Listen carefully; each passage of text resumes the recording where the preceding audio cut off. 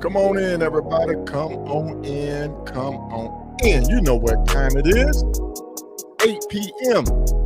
Eastern Standard Time. 7 p.m. Central Standard Time. And 5 p.m.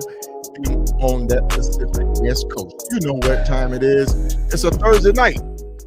And we're going to get down with another episode of Trip Talk right here. Riding with KSolo, the podcast. But listen. You know what I hate doing. I hate beating my gums, man. So listen, I'm going to go ahead and bring my fabulous one and only, a.k.a. in the building, Doc Remy in the house with me tonight.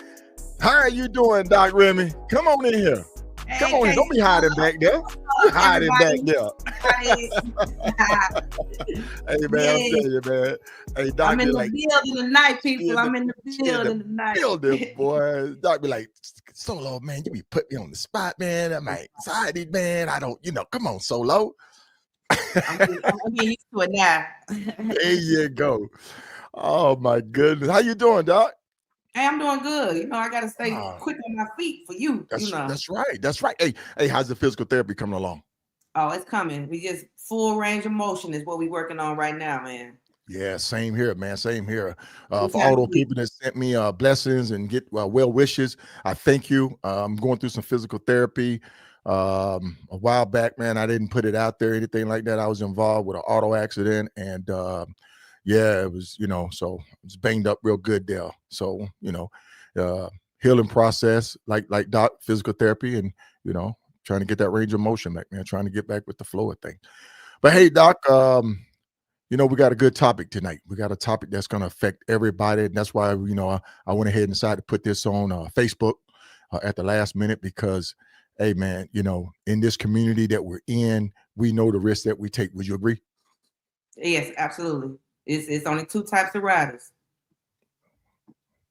Those that went down, those that who have been down, and those that's going to go down. And when they first told me that, when I started riding 16 years ago, I said, yeah, I hear what you're saying, but I'm gonna be okay. I'm gonna be careful. Yeah, I'm gonna do everything right. Hey, look, it's not gonna happen to me. It's not gonna happen to me. Was I stupid on that one? But listen, we want to welcome here. Hey, 3 accidents later, I'm like, oh yeah, I know what you mean, man. Yeah, I can relate. Oh yeah, that recovery. But yeah, for me, I think it was the PTSD. Really was the kicker for me, man. And I didn't think I would experience the way that I did. But listen, we want to welcome up our audience to coming in tonight, man. We got Bolo in, man. It's always great seeing you, Bolo. Thank you, sir. Thank you. One of our top tier supporters, man. Mr. Winston Jones is in the house tonight. We got Joe and Bev in the house tonight. How y'all doing at Tennessee 2? Love y'all. Kurt, how you doing, Kurt, man? Good evening. I made it on time for a chance. That's what's up, man. That's what's up. D Bell's in the house, man. Always good to see D Bell, top tier. We got Justice in, man. We got the law in with us tonight out of Atlanta. Indeed, DJ FX, my guy, man. Hey, man, you got to get me that intro for Trip Talk, man. I'm waiting for it. And listen, if you need some audio, some graphics, make sure you go hit up my guy, DJ FX. He'll take good care of you, man. So my intro, he got me squared away. He's gonna make sure all your music is, able to be played on all platforms. He knows the ins and outs of it, so make sure you go check him out. Mr. Winston Jones, thank you for joining us. Indeed, indeed. We all say that. You're right, Bolo. You're all right, sir. We got Moose in with us. How you doing, Moose? Moose, we got your better half coming on tonight, man. So you might well just sit back, get your cold glass of water and just get ready for the ride, man. How we doing? Rally. All right. Good. Yeah, glad you're with us tonight. Hustle Man. How you doing, Hustle Man? Good evening. Good evening. Want to thank everybody, because without our audience, there is no Riding with KSolo, the podcast. There is no your host, KSolo, or your co-host, Doc Remy. Would you agree, Doc? Hey, that's right. We need them to like, share, and subscribe, Hold on, Doc, because I gotta get that producer guy queued up, man, because say that again. Hey, you got to like, share, and subscribe. There you go, man. And we got a weak producer back here, man. I got to slap that guy upside the head sometime and try to get him to be on point, man. He's slacking. But listen, Doc, man, like I say, the subject that we got tonight is the aftermath, dealing with going down a motorcycle accident, the different phases of it. And, it's going to be one of those each one teach ones night to night. So everybody just sit back. If you would, please, if you could hear us, see us clearly on YouTube, Facebook, Spotify, or any other platform that we're streaming on, give us a thumbs up, give us a like, invite a friend over to come and view this episode, because this episode is going to resonate with a lot of us out there. If you've been riding for 1 year, if you've been riding for 6 months, it doesn't matter. 20 years, 30 years, either you've been down or somebody that's been down. Mm-hmm. So listen, Doc, we're going to go ahead and bring our first panel member on. She goes by Black Angel, Miss Marilyn Wilson. How are you doing tonight, Miss Marilyn Wilson? I am fantastic. Thank you. How are you guys? Hey, we're good. How you doing, Black Angel? We're good. Welcome. Hey, we got a slacking producer, man. So you just got to just roll with it. Leave him alone. That guy, man, he's slack. But listen, we want to thank you for coming on. We had the pleasure of having your husband on with us, sharing his journeys and adventures. And, we've been meaning to get you on for the longest, but I think it's all about timing. And I think right now is the right timing as we're getting ready to wind down this riding season. We look back on people who have been down, who we lost. And, we're going to go back. We're going to reload. We're going to reload over the winter to kind of be smart about it. Maybe even think about signing up for a motorcycle safety course and, coming back for 26 stronger, better, mentally and physically fit for it. Perfect. So listen, we're going to bring our next panel member in. He goes by Cstyle. He's a member of Soldiers United MC. And come on in here, Cstyle. How are you doing tonight, sir? Everything's great, man. It's a wonderful day. Good to see y'all.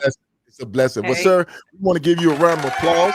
And thank you for coming on as well, being a part of our panel tonight. It's very important discussion, the aftermath. And, when I titled this episode, I wanted to kind of bring a little bit of all of it together, because it's the aftermath of going down. It's not just the wreck. It's not just the physical damage, but it's also that mental damage to you, the rider, and to the family members as well. Even your club brothers, that may have witnessed it, So, come on in, folks. Come on in. We still got people coming in.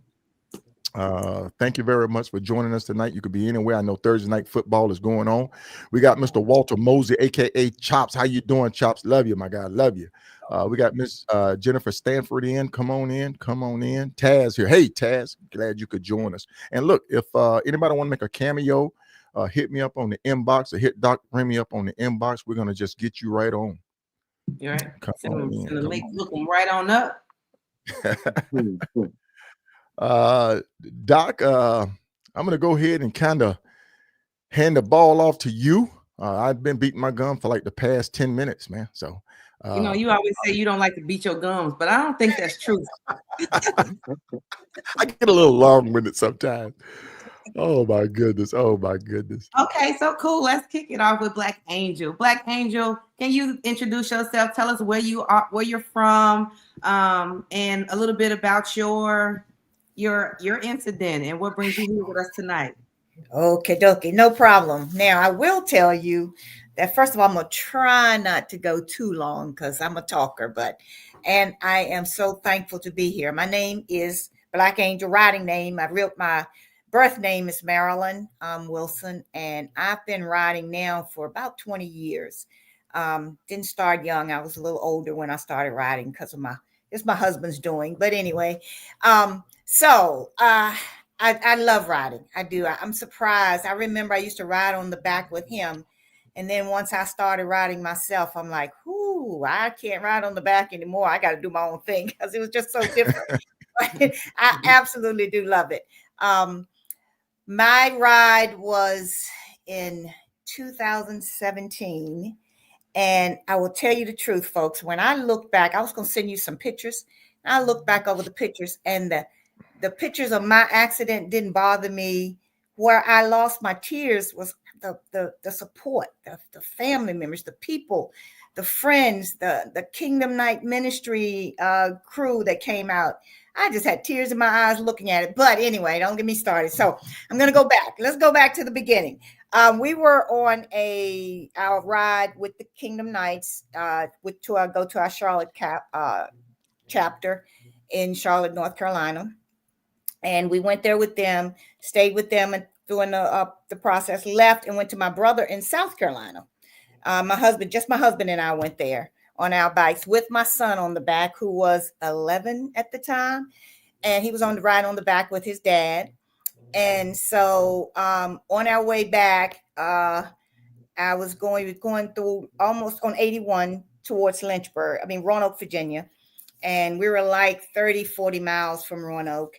And I was going around a curve and hit some tar on the highway. And that tar made me wobble, a little bit of road debris there. And then when it hit the side of the road, because I didn't have a good thing on it, it threw me off the bike when I hit. It was chunks of road debris on the side. And apparently they had done some road work, but it wasn't any signs anywhere. I hit that road debris and it went flying through the guardrail. So that was before they changed the size of the guardrails. Remember, they made them smaller after a while, but it was big enough for me to go through. And I'm there between the guardrails.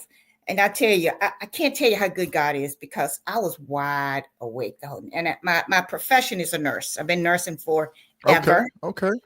Forever, 40 plus years. And I teach, but pediatrics is my field. So not adults now, mind you, pediatrics. So, but I do teach CPR. I do the whole 9-yard first aid. But I'm laying there and I'm looking and I'm like, I don't know how.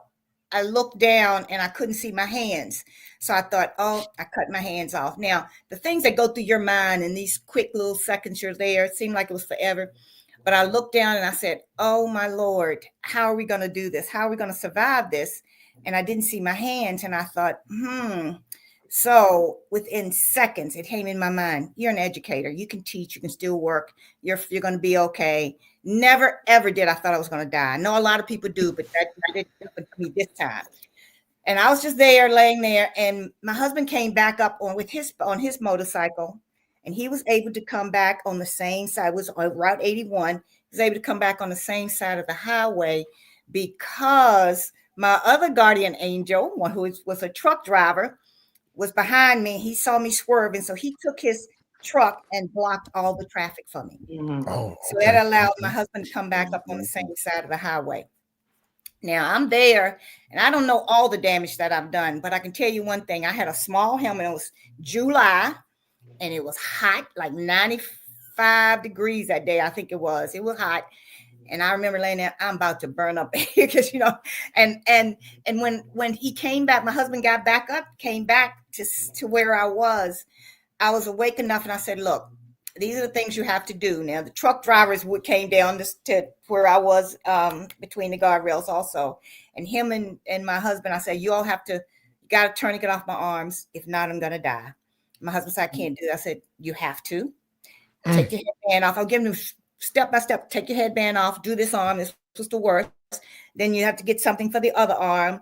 And I remember telling him, I said, you know, maybe your belt, you couldn't get the big old Harley buckle on, couldn't get that off. So he says, I don't have anything. What he told me, he turned around and he told me this. I wouldn't, at this time, I was not there paying attention to that. He turned around and there was somebody there with a pristine white towel. And they gave that to him. Him and the truck driver are pulling it. And I said, you got to make it tighter, because it's got to cut off the circulation. And the pictures you're seeing now are me healing. That was about a month after my accident, but you'll see the real one here in a minute if he puts it up. But it's a little rough. I ain't gonna tell you nothing wrong. It's a little rough. Boy, I'm like, I might get censored, but I'm gonna do it. I'm gonna put it up because this is real. Yeah, I'm a little weak in the stomach.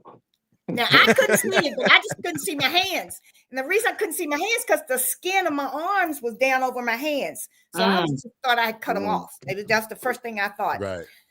So I'm laying there, and my husband get that towel and hair pulling it and tightening it. Finally, I say, I think that's good enough. And then I told him 911 is good, but I know I'm gonna need a helicopter. So I was telling him, I was talking up a storm. I don't know all the stuff I was telling him, but I know it was a lot. And then so my husband, so don't freak out. That was my arm, and the skin had come down over it. Now it's amazing that they. I just gotta flash it. They did an excellent job with that arm because, I mean, they cleaned it so well. They kept telling me, and then we had to do. But anyway, it's medical stuff. But anyway, so they did what I asked them to do. They came down, and 911 got there before the helicopter. They moved me out from down there and brought me up on the side of the road. Yep. Okay. But Black Angel, I have to interrupt you because that vision is in my head. And it's been in my head. That was literally down to your bone. Yeah. You can see my bones. You can see two bones. Yeah. Yeah. Okay. So do you remember? We're sharing your experience right now. I'm so sorry. Black Angel, do you remember if you let go of the handlebars, or when you hit the guardrail, or it was slide through the rail. The guardrail slid, my arm slid through, and it just took the skin right off. So it pulled the skin down. So the skin was, and it was blood and skin other places, but most of my skin was down to my hand instead of up on my arm. So it was tremendous. It was horrible. The one that you saw with the open bone, that skin had come off. A lot of that had come off and was hanging on the rail and all the whole process of the scene. I remember that was kind of not a big deal to me. I mean, this is the sad part. This whole process, all I could think about was my husband and my son. And I remember flying through the air, and I said, Lord, I'm so thankful this was not them. Because if they had hit that tar and gone through, it would have been both of them riding through there. And although I've been in the medical field, I don't know how I would have managed that one. But anyway, so they did what I asked them to do. The 911 got there. And when they got there, they moved me from the guardrail up to the side of the highway. And I saw that my ankle they had cut my leather boot off. And my ankle was cut from ankle bone to ankle bone. And it was just blood everywhere. And if this bothers y'all, I'm sorry. I forget that I'm medical and some people can't hear this. But I remember thinking I have lost a lot of blood. So I'm telling them as they're moving me out. I said, now, I didn't know that my ankle was cut up like this. But whoever starts my IV's got to be really good. Because I've lost a lot of blood, and I can't have anybody that don't know what they're doing. And he said, don't worry, Miss Wilson, we got you. I said, no, I know you probably do, but I know that sometimes they just get people in. I said, you got to know what you're doing because you only got one spot. You got my right foot, and that's it. The other foot is gone. You can't, it's just, you're not gonna be able to do that. So he laughed. He said, okay. So he they did get it in, and I'm talking to them nonstop. Helicopter got there, and I looked up at him, and this is no lie. I remember looking up and saying, this whole scene, I'm remembering it. I looked up and I said, I don't know what drugs you got, but I'm gonna need some powerful drugs. I said, right, right now I'm okay, but I know it's gonna get bad soon. So Yeah, the when the pain, shock wear off. Yeah. right? I was Yep. in shock, and I told him, I said, I lost a Yep. lot of blood. I'm in shock, so you got to be able to do it. Now I'm telling them this, and my husband is. They're seeing them roll me up on the helicopter, and he says, all I saw was your mouth going. He said, and I kept thinking, she'll be all right. She'll be all right until he got to the Man. hospital. But anyway. So I tell all, and then I remember when I got to the hospital and on the helicopter ride, I remember half of the ride talking to them. And somewhere along the way, they intubated me, meaning that they put a tube in for me to breathe because I had apparently the swelling in my lungs and I had bruised my sternum and all these other things right there where your heart is. So Right. it was a little traumatic. And then I had 8 broken bones or 9 broken bones, 8 surgeries. So I was there for months. I mean, I was in the hospital for about 8 weeks, maybe. And then I was in rehab for another month. And I don't remember that first week because I was on the ventilator. They told me if I'd stayed on the ventilator, life support, for another 3 days, 10 days, if I stayed on for 10 days, they would have trached me. So I didn't have to get trachs, meaning I had my airway in my throat and not in my using my mouth and nose. That's what that means. But anyway, I am truly a walking miracle. I tell people, if you don't believe in miracles, please talk to me, because the things that I went through step by step, and to be alert enough to tell them what they needed to do was major. Because when I went to the house, they said if they hadn't have done what they did, you would not have survived. Because I mean, I think I got a total of 7 pints of blood, which is, I think that the max you get is 8. So I had, I mean, during this whole process, it was just unbelievable. Now, my whole concern during this whole time, my mom was dealing with cancer, and I was praying, Lord, please don't let this kill my mama. Please let her get through this. And then all I could think of was my 11-year-old son who's on the back of the bike. And at that time, I didn't know that he was feeling guilty because he had come in the room that night before we left, and he kept coming back and forth in the room. And I was like, I got to drive tomorrow. Stop. I got to get some rest. And so he felt like it was his fault. And I didn't know this at that time, but he was feeling guilt. So what I was going through, this is no lie, was nothing compared to what they had to go through. And to see me in the state that I was in had to been devastating, So I am truly thankful. And when I looked back over those pictures, not to mention, so I tell you, y'all got to stop me because I'll keep going on. But when in the hospital, my husband says when they got there, now this is the motorcycle ministry by the Kingdom Knights. They called my president, Dale, and his Charlene, and Hustle Man. I mean, that's, I know y'all don't, some people don't even know the real names, but I'm talking about Hustle Man. And they're there, and they got there right away. My son called them. They came right away. They were there. The hospital room was full. I was just amazed. My Knights came in from here in DC all the way to Roanoke, because I was in Roanoke, Virginia, 240 miles from here. And it was just unbelievable. The ministry the Christian motorcycle group was there when they got there. By the time Jock and Jordan got back, they had to get back on their motorcycle after this and ride another 30 miles to Roanoke to the hospital where I was. And I don't know if you know my husband, but he's a true blue rider, and he don't waste time. He said it's the slowest he ever rode. And he was looking at everything, and he was just, I'm sure, I can't even imagine what he was going through. So, but to have the love from so many, the biker community, people came from all over to see me while I was in that hospital. And I remember every bit of it. And thank God they took pictures too, because some of them I just said, oh yeah, that's right. They came to see me. So it was just, the love and support was just overwhelming to me. And I will never, ever forget it. And when I tell you, I see things differently, and even nursing as many years as I have, when you're a patient and you deal with things this way and family members, everything's changed. It's so different for me in that I'd never been in a hospital, just, Mm-hmm. my whole 40 years of life. I'd never been in, that's about, I was 40 then. I'd never been in the hospital. So as a patient, in and out stuff, but never in there for long. So this was an experience, and I've learned a lot, and it's a different world now, but I know how good God is. And I know that I am truly a walking mirror. Yes, indeed. Yes, indeed. You are. To that extent of it, and then to have your son on the back of the motorcycle with you. I mean, you were definitely. He was on the back with my husband. Right. He was on the back with your husband, but he was with you though to see that though. I mean, it was just 11 blessing years all old. around. Yep.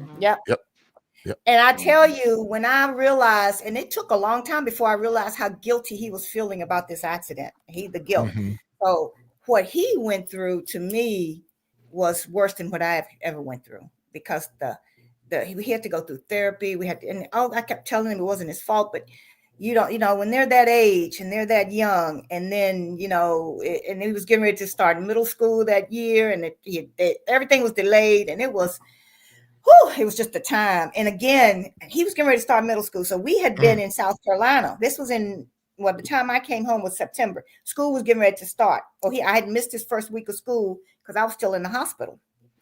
So my neighborhood, they took care of us while I was gone. Jock and Jordan were with me. Moose and Jordan were with me the whole 3 months I was away.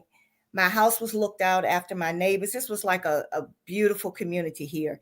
They looked after my house. They looked after our dog we had. They took care of the yard. I mean, they came in the house, cleaned out my refrigerator from stuff that I had sitting in there, that kind of stuff. It was it was unbelievable to me. I mean, the love that I was shown this whole time, it makes me tear up thinking about it, because it's just overwhelming. It's just overwhelming. Right. Okay. And I'm back to riding again. Don't forget that part. That's my favorite part. we're gonna get there, Black Angel. We're gonna get there, because there's different phases of it that we're gonna discuss tonight. And right now we're just going over, just kind of like highlighting each individual panel member's experience, what they, how they went down, what happened. And then we're going to break this thing down into like maybe 3 different phases of it: the physical, the mental, and, the aftermath of it. So just stay tuned. We're going to keep it going. We're going to dissect this thing, man. We're going to walk the dog on it, Doc Remy. We're going to walk the dog on it. As we would say in the military. That's right. It's different levels, because we got to talk about, like you said, the aftermath. What happened and how was you feeling? Like when Black Angel just said she had that show of support. I didn't have that. When I went down in the club that I was in, I didn't have that. So I cry now thinking about how I should have had the support that she had, or other people may have. And that's when you're not in the right club or something like that. You know what I mean? But we got to break this stuff down. It is layers to this, So right. Yeah. Yes, indeed.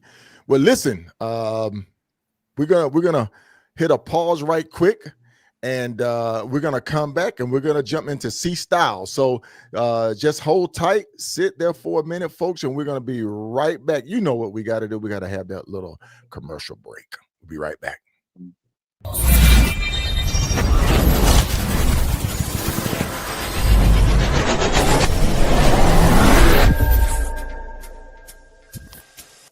Hey, folks, it's KSolo of Riding with KSolo podcast. Hey, just want to let you know, tune in every Tuesday night, 8 p.m. Eastern Standard Time, 7 p.m. Central Standard Time, 5 Pacific, right here on Riding with KSolo, the podcast on YouTube and broadcasting on Facebook. Every Tuesday, 8 p.m. Eastern Standard Time, 7 Central, 5 Pacific, where we're going to be highlighting the unsung riders from across the nation, riding the highways and byways, the back roads, the adventures, the journeys, the tales, and the legacies. Make sure you tune in right here, Tuesday, 8 p.m. Eastern Standard Time, 7 p.m. Central Standard Time, 5 Pacific, Riding with KSolo, the podcast.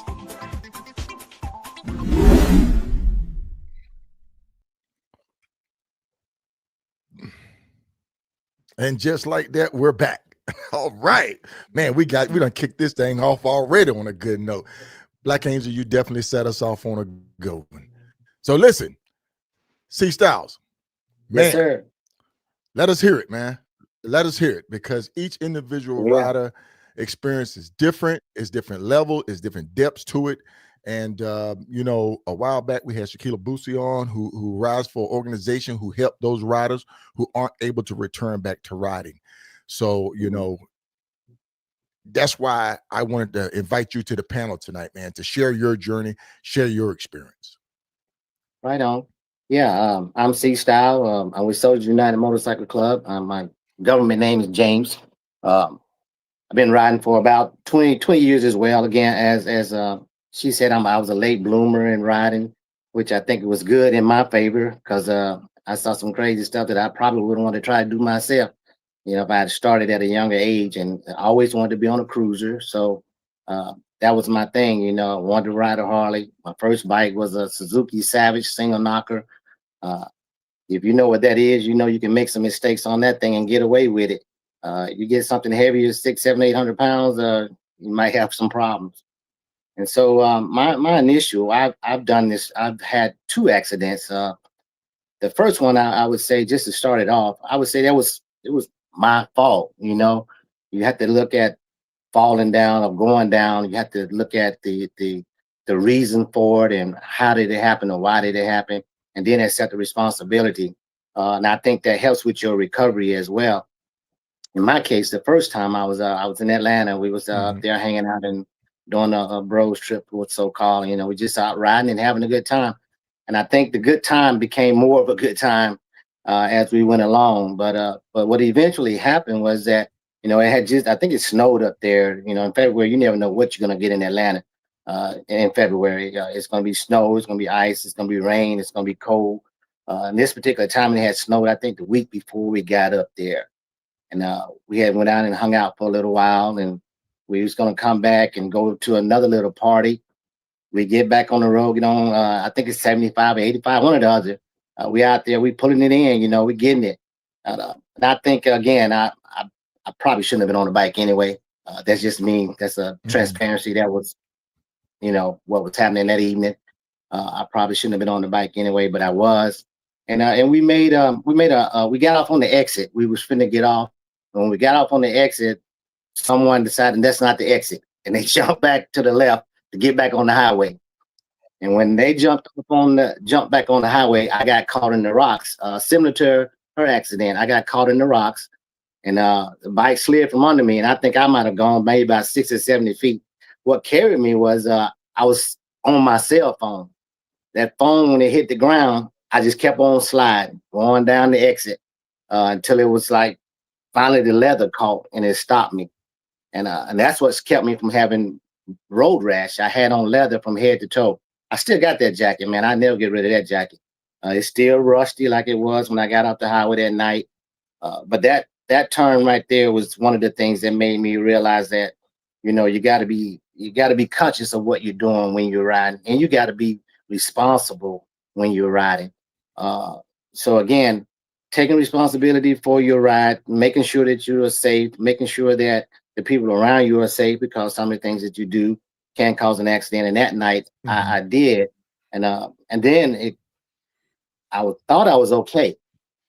I got back on the bike, rode back to the hotel, some 6 or 7, 8 miles back, faring falling off the bike. Didn't know what it looked like till I got back to the hotel. Then I sit down, and ankle started throbbing. You know, again, after the shock wears off, everything starts to happen. Sit down, and I thought about this thing, and I laid there. Next thing I know, foot in the air. It's the next morning. I'm heading home to Hinesville, into the hospital. You got a broken ankle. So that event right there, again, it taught me a lot about responsibility. It taught me a lot about caring for people around you, and making good decisions. You know, because I was with a group, and so that makes a lot of difference when you're doing that. And I would say the initial recovery from that was probably harder to tell my mother, you know, that I fell or that I went down, because I'm 60 and I'm still a baby to my mama. You know, I'm her Always. baby boy, you know. And so and so what happened was, you know, I said, "Golly, I gotta tell my mama, let alone come home and tell my wife, because she's been in medical field a long time as well. And so her first thing is how you fall. So I gotta explain to her how I felt. I ain't tell the whole story, but I told the story. So I let her know, and then, you know, she made me go to the hospital, and that's when I found out that my ankle was broken. Um, you know, and it again, that recovery was, I think it took some months for that to happen. I didn't think that they were going to put me out. They put me out of work for a few months on that recovery. Um, and I couldn't wait. And like I told you in my post, I bought my next bike while I was still on crutches. So that's how much I enjoyed riding. Uh, you know, I thought about it. My mom didn't want me to do it. You know, my wife like, you want to get another bike? Yeah, of course I want to get another bike. And that's what I did. And then, you know, lo and behold, the second time came around. I was heading to Texas, man. We had left Georgia, uh, made it all the way to Mississippi, hung out, uh, got up, got a lot of rest. We got on the road. Just happenstance, somebody stopped in the middle of the road for a dead deer that was already in the road. And so when we came up on that accident, it was like brakes, nose down. You know, I think, you know, my boy Slick and G Money and all those guys, we were all together, headed out to Texas. And what happened was that they didn't put out any cones. They didn't stop anything. They just suddenly stopped some guy from the National Department of Resources or something and wanted to get the dead deer off the road. And they stopped the traffic like that. So I tried to miss Slick, and I jumped off on the side. I was riding the edge. And then he kind of eased over to the left a little bit. Then I end up in the grass. And man, I was like a bucking bull, man. I was holding on to that bike. I was like, I don't want to fall. I don't want to fall. I don't want to fall. And just when I thought I was able to get back on the highway, I eased over to the right, and my rim, the lip of my rim caught the sidewalk, caught the street, and it threw me off the bike. The bike went one way, I went the other way. And again, I can attest to what she was saying. By the time I stopped rolling, all I wanted to do was know that I could move. You know, so I'm laying there on my back, man, looking up at the sky, thinking, oh, Lord, something ain't right. Something ain't right. And I couldn't move my hand. So come to find out, I had broke my wrist. So I done broke a left foot, and I done broke a right wrist, you know. But again, this time I didn't feel so bad, but I knew that what I was going to have to deal with was other people worrying about me. Okay. You know, I knew that was going to be an issue for me going forward. You know, this is the second time I've defied them and saying, I'm going back. I'm going to get another bike. I'm going to get another bike. And then I was defiant right after that, because it was like, you going to ride again? I'm like, yeah, I'm going to ride again. You know, because I couldn't stop. Damn. It's like when we tell people about riding bikes, about the joy of riding bikes, about what it does, what it really means, you know, it's true. You know, it's relaxing, it's refreshing, it's therapy. It is what it says it is. It's wind therapy, and it helps you to you know, to overcome some other things. But you know, to your point about PTSD, I still now you know, I don't follow as close as I used to follow. I give everybody their space. You know, we ride in the club, we ride herringbone style. You know, you can get in, you can get out. One bike lane and one bike length in the daytime, 2 bikes at night. Now I'm a little bit more cautious, maybe a bike and a half in the day, 2 bikes at night. You know, and you look for clear signs that everything around you is all right, because it never stops. That once this happened to you, it never stops, man. That you are looking around, making sure that you're not only watching out for you, but you're watching out for everybody else around you. You know, I've heard too many times where folks say, I didn't see you. I didn't see the bike. I've added lights and everything to the front and back just to help me to be seen, to keep it from being a trifecta. I do not want a third fall.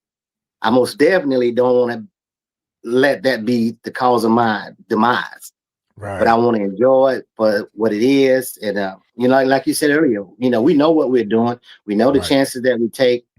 But accidents, man, are they're always learning lessons in them, whether it's yours or someone else's. And we just keep praying that, you know, everybody recovers from them fully. And if they decide to ride again or not, is that, you know, we hope that they are able to recover from it and be okay.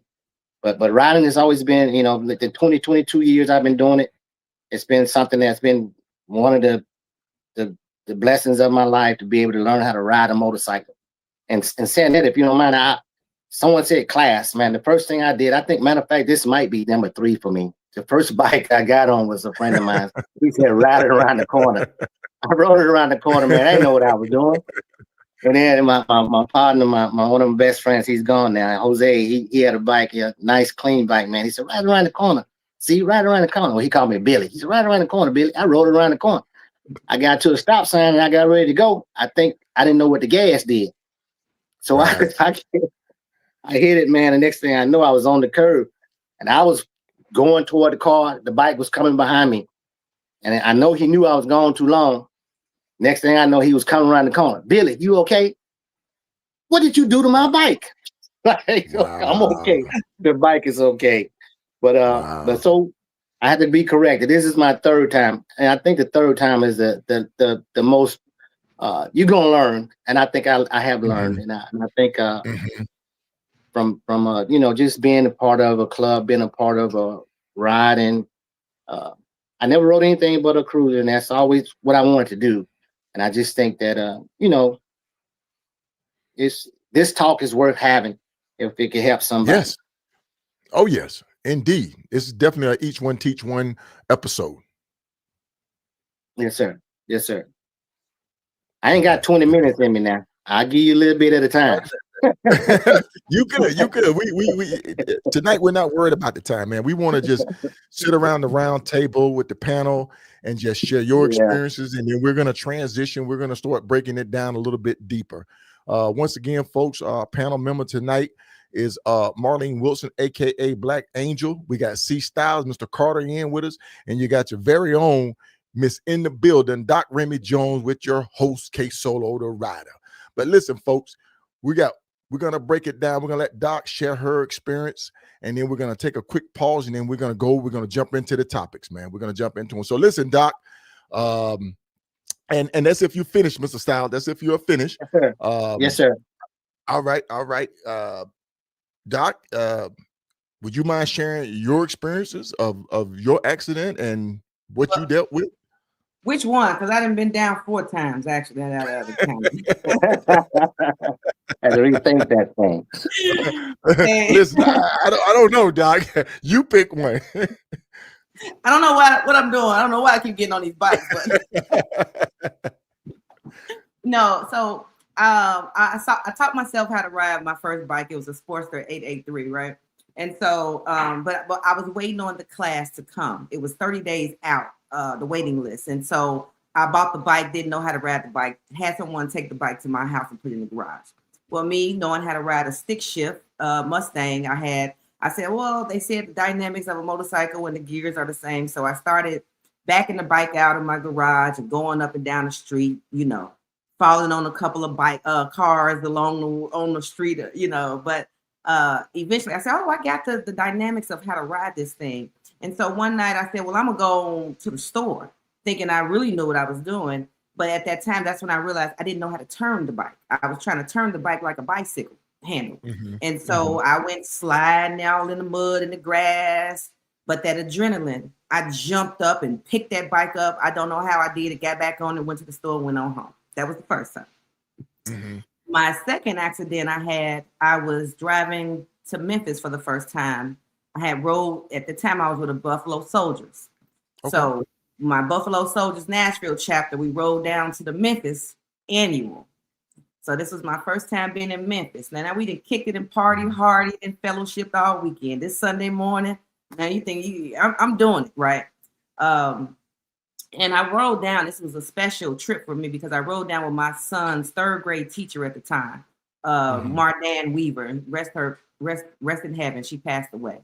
But she knew that I ride, and I'm teaching 2nd grade. She's teaching 3rd grade. So we passing each other on the hallway. And she said, one day I'm gonna get on that road with you. She said, but I don't like riding around town. She said, I like to spread out, you know. So let me know when you going far. So I said, well, Memphis. She said, that's okay. We can stretch out on Memphis. So that Sunday morning, the crew had a spot where they was going to meet up, go to the gas station. But my nephew was in Memphis. At the time, he was a basketball player at the University of Memphis. I hadn't seen him all weekend. I hadn't seen him for a while. So I said, well, I'm not going to leave Memphis without going to see my nephew. So I told my club, I'm going to meet up with y'all at the meetup spot. But right now, I'm about to go. Me and my son's third grade teacher, she's going to follow me. We're going to head over to go see my nephew.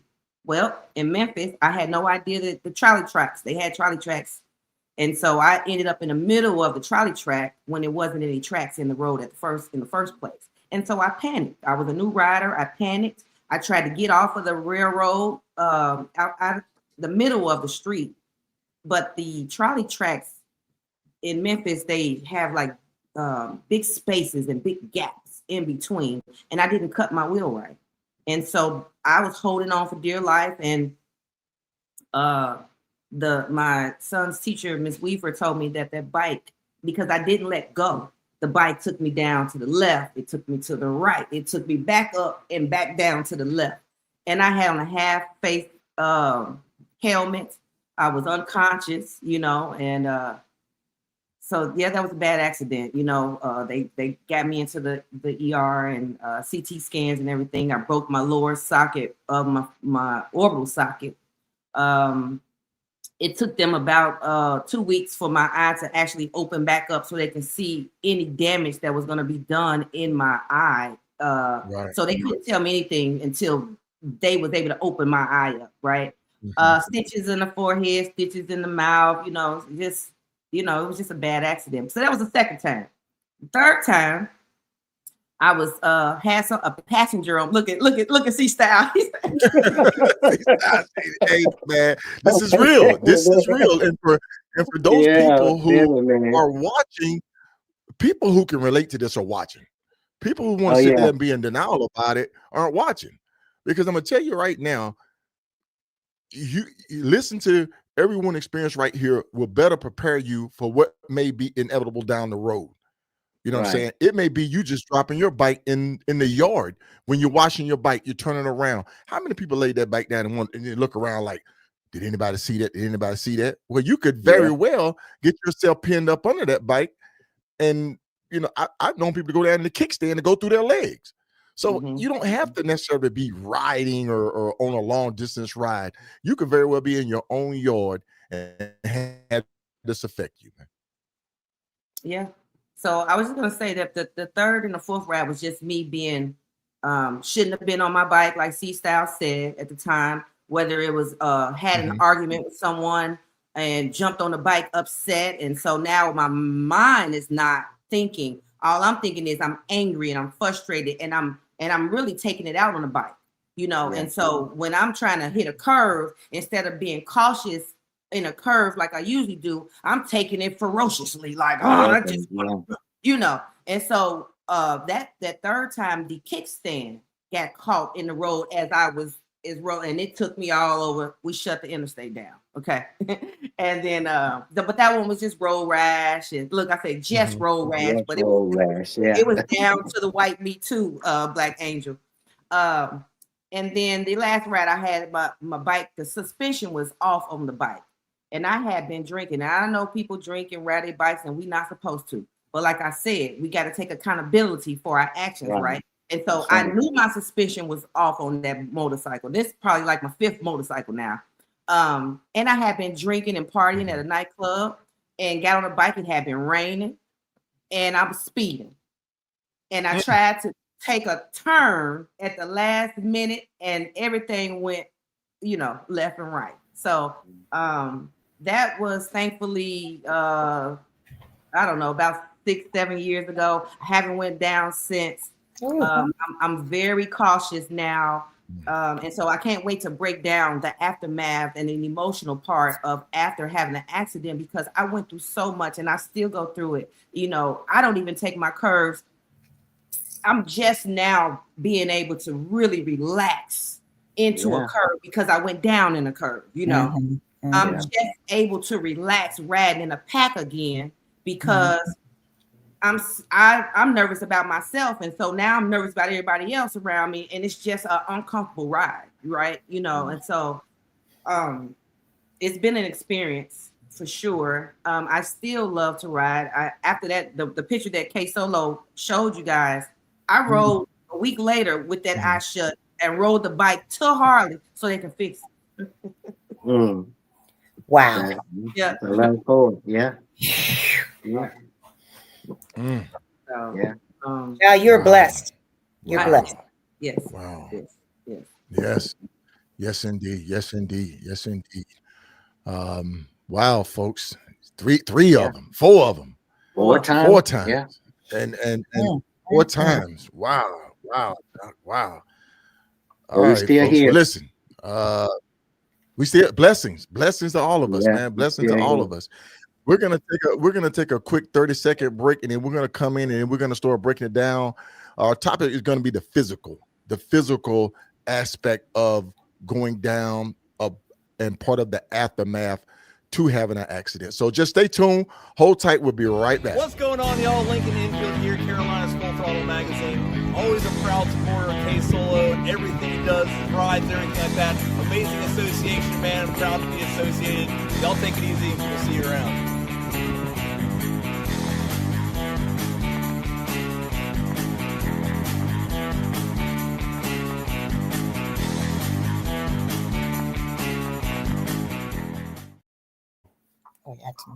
All right, and we're back. We're back. Thank you for that quick little pause for my guy Lincoln Infield over there at Full Throttle Magazine. Hey man, they be putting on some great shows. Make sure that when you see Full Throttle Magazine down there at Myrtle Beach or anywhere in North Carolina, make sure you go check them out and tell them, say, hey, Lincoln, KSolo sent me, man. Great guy. But listen, we're gonna talk about the physical aspect of this. We're gonna go around the horn. And Black Angel, you know you already up first. You are already up first because that angel part in it just stands out with us, man. So you're blessing us all tonight.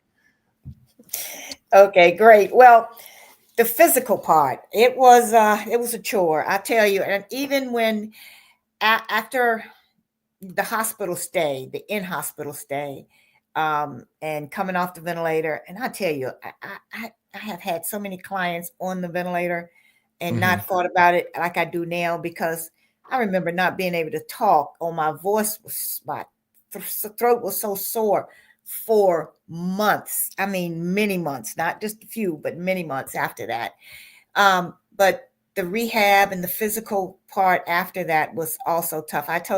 When I remember going to rehab, and I looked at the guy and I said, look, I know absolutely nothing about rehab, and I will do whatever you tell me to do to get back to where I need to be. And at that time, I couldn't use my hands at all, my arms at all. I could not walk. I was walking, but one leg was messed up because that ankle split. I had to have surgery on that. And so I had to relearn how to redo a lot of things and how to use my hands. And I couldn't even feed myself. Oh my God, the things we take for granted until something happens. You don't think about how you use your thumbs. I couldn't grasp. I couldn't do anything like that for a long, long time. And I remember they kept, I was doing everything they told me. I was doing really well in therapy. And they said, well, you're doing so well. When do you think you want to go home? What are the goals are we going to reach for? And I remember looking at them and I said, no, look, there's one thing I want to be. I want to be able to wipe my own butt by the time I go home. Because I love my husband and I know he'll do what I ask him to do, but I don't want to ask him to do that. So it was that kind of thing. And that's when I actually did go home after I could do that. Because I was like, no way.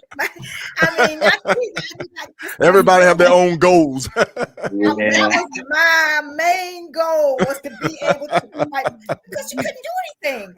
And I remember when I first used the spoon to eat, I was so excited because things you don't think about when you can't do it. And to get back to that stage, but it was a trying time. That was, I was in rehab for 5 or 6 weeks, and that was amazing because they was amazed that I got out that quickly. And then still, when I came home, I still had to go to in and out of therapy.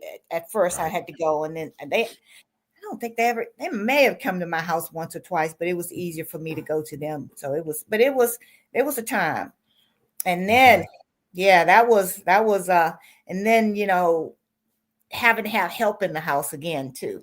And, you know, Okay. my husband had already missed 3 months of work. So Mm. I was like, you got to go back Mm. to work. Yeah. You know, so, Mhm. but it went okay. I can't complain. I cannot complain because I had help. I had people Uh-huh. coming in, my club members, my friends, my family came in, and whenever I needed, and my neighbors, I didn't have to cook. They cooked meals for us the entire time, even when I came home, because they knew I still couldn't use my hands as much as I used to. And they would be between Mhm. buying us food, bringing us food, taking care of us, looking after everything. It was unbelievable. And anxiety, the PTSD, I don't know why, but I can ride. And I kept thinking, if you get near the side of the road, none of that bothers me now. Mm. But of Mhm. course, I'm on 3s now too. And I remember trying to get on 2s, and my poor husband and my poor son, they were about to lose their mind because they couldn't stand on. Because I remember saying, "Now, if you all really don't want me to ride, I won't. But I really want to ride. This is what I love Mhm. it. It's kind of a therapy for me. So I tried the 2s, it didn't work. I tried the Harley trike. That was just too unsteady for me. So I'm like, I don't know what I'm gonna do. And then thank God for my Kingdom Night that Joy, she had, try my Can-Am. You'll love this. I got on it. Oh, that's it. You're right. That was the one. So it was so easy at that point. And it was The hard physical. to So part of the breathe. physical for you. So part of the physical for you was that you didn't feel stable enough to be on 2s. Right. Well, I was okay, but my Now, was husband that and my son mental? Was wasn't. that mental? Was that mental, or was it your body strength wise, not being able to Well, respond to it, to hold it up? well, because I couldn't hold up the bike initially, my hands were so Mhm. weak, and and it took a couple years before I don't even think I had the full grip. And they told me I would never be able to make a full fist again, which I did anyway. I didn't listen to them, but so I can make my Mhm. full fist again. But holding up a bike, and especially my Harley, which I loved, those are some not small bikes. And that was a chore. And I got to doing it. I could do it, but my husband and my son was Mhm. not having it. They weren't. I thought my husband was gonna have an accident looking at me trying to ride. So I said, so anyway, but when I got on my trike, I was okay, and I'm still okay. And Okay. I think my biggest anxiety flashbacks was what I went through with watching my family go through more than me. Mhm. That Mhm. was my biggest problems. Okay. Okay. Mhm. I know different. The fall, and we'll call it the fall, affects people differently. Some people are physically unable to continue riding. Some people are mentally unable to continue riding.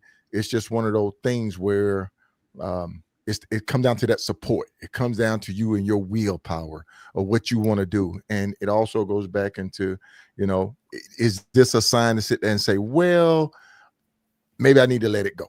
Yeah. And Mhm. I So, think being able to remember everything, I remembered every single detail to this day. I mean, how it mhm, happened, when I went down, who did what, how things saying. I think that helps me deal with it easier. For me, being probably, I don't know if the medical field has something to do with it or not, but knowing that process. And once I mhm. got past the anxiety of, I did have my hands after all, that was pretty cool. I was like, oh Right, man, I'm not that right, bad. right. It wasn't as bad as I thought. And so I think that is kind of where my mind went. And after I realized I could, even if I couldn't use my hand. And I've taken kids and people to rehab all the time, and I've seen, especially doing the military things, and I take them to the military hospitals, and I'd see all these Mhm. great prosthetics that they had, and even laying there not knowing whether I was going to be okay or not. I thought that the worst that could happen is I can get prosthetics, and I would be Mhm. okay. And all I Mhm. had to do was help my family deal with that, and that was it. So. Okay. Okay. Mr. D Bell says, did any of you go back to the scene of your accident to get over it mentally? I didn't. I didn't. I No, I did. Actually, you did. no. I did, but not to Okay. get over it mentally. I just went back because I needed to see where did I go wrong? I was like, I just need to see where on these trolley tracks I went wrong and what it looked like. And so, yeah. Now, I have to ask you, Doc, with your situation, potholes, certain highway conditions, the state is responsible for that. Did you look into anything legally wise? I was saying that the space in between the tracks are hazardous to motorcycles. There was no hazard signs. Was there any warning like that? Because now that's a legal issue. That is one of those legal issues that people don't realize that they are entitled to. If the highway conditions are bad, if there's potholes, you know. I looked into it. I tried to seek out some legal representation, especially when the paramedic told me that I was the third person that he done picked up in the last 2 weeks in that same spot. And so I said, oh, wow. But I couldn't get nowhere. I don't know if you know, the good boys club, you know, in that town, the lawyers don't want to touch the state don't want to. Yep. So I was going in circles and I just gave up. And that's the same with me too, because they didn't have signs up that it was construction on the highway. And because of the chunks of road debris, and that once I hit that debris, that's what made me come off the bike, because I had it pretty good. The truck driver said, I saw you. I thought you was going to get back on there. And then when you hit that side of the road with those debris, that's when you lost it. But and we had an absolutely fabulous lawyer. We got some lawyers from. So y'all did seek legal representation. We seeked it, but we couldn't get anywhere. You know why? Yeah, because the state didn't have anything up saying that they did it, and no private thing was up there. So what they had in their records was no records of any kind of road work, although they saw it. And by the time, now look, I came from South Carolina, right at my brother's house. We were probably a couple hours from there or something. But by the time my brother came, after he heard about my accident, he got on the road. He could see where it had the accident, but they had cleaned it up. Oh, wow. That quickly, within hours. Wow. They had cleaned up that accident. But that wasn't the point. I told him, I said, and my lawyer said, now look, we can do this and you probably will win, but if we go with the state, there's only a certain amount that they will allow you to sue them for, and you wouldn't benefit from it. And then I kept thinking, well, but if it's going to help somebody else, do we really want to do this? But then they went to the point, well, it's already cleaned up, and they cleaned it up really quickly. So, you know, we didn't fight it, and we didn't argue with them. It just wasn't worth it. They were great. Who was it? It was OJ's lawyers. Johnny Cochran. Yeah. And they came, they were one over, they flew here to see us. They didn't charge us for any of this, right? And that was the big thing. And that was huge for me, because I remember that one of the things I went through with this was when I was flying through the air, I was like, how? And I'm laying there looking, thinking I didn't have arms. How are we going to survive on one salary? That was my other thought. My first thought was my mama. Then I thought, how are we going to survive on one salary? And that just was a fleeting thought. You know what I mean? But that wasn't the point. The point was that, you know, we wouldn't have gained anything. Nobody would have gained anything. And they didn't have, they said if it was a private contractor that did that road work, you'd have been set. So, but I was like, okay, this is fine. Yeah. Well, I didn't see Atlanta until the next year. That was when I went back, and we took the same route every year. That's when I went back, and by then it was, you know, the thought of it was gone. Let's go do it again. You know, we're going back to the same places. We're having a good time. The fall is done. I recovered. You know, just talking about go ahead. No. So Styles, the physical part, the physical, portion of your fall. Was it the ankle, the wrist, your body, your back, your leg, your knees? Did all your senses come back to you to kind of like, okay, make your transition back to the bike smoother? Or was it difficult? Or did you find yourself in physical therapy dealing with this, even working with your hands and stuff like that? No, eventually everything came back Unfortunately for me, I've been broken a lot of stuff before, playing sports all the time. You always find yourself breaking something if you play a lot. And the only thing for me physically was, again, the length of time that it took to heal. Some being the cast they put on, man, it was so tight that I couldn't even.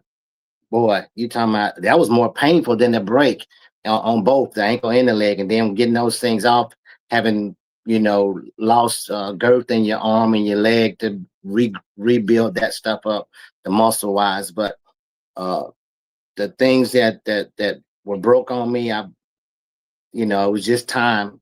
The time that it takes to heal a broken ankle or a broken leg. And of course, I was 45 or 50, 52 or 53 or 54, a little bit younger than I am today. So the 6 weeks and stuff that they did give me, rolling around with a little old scooter and stuff, you still have a motorcycle. They give you a little one-leg scooter, so you still motorcycle in some kind of way. But yeah, physically, it was just something that I had to endure just for the time period, basically, to recover and let everything heal the way it did. I didn't wait long as I should have with the rest, because I wanted to get back on the bike. I wouldn't recommend that to nobody. Just do what the doctors tell you. Like I always tell my friends, do whatever the doctor tell you. So that might have slowed me up a little bit because I was just ready to get back on the bike. But overall, it didn't. It was just a required time to heal, and that's what happened. Yeah. Did either one of you all go through a depression phase? Because I did. I felt ugly. I felt like my face wasn't going to heal. I didn't think my lip was going to, I was getting injections for steroids to treat the scar tissue.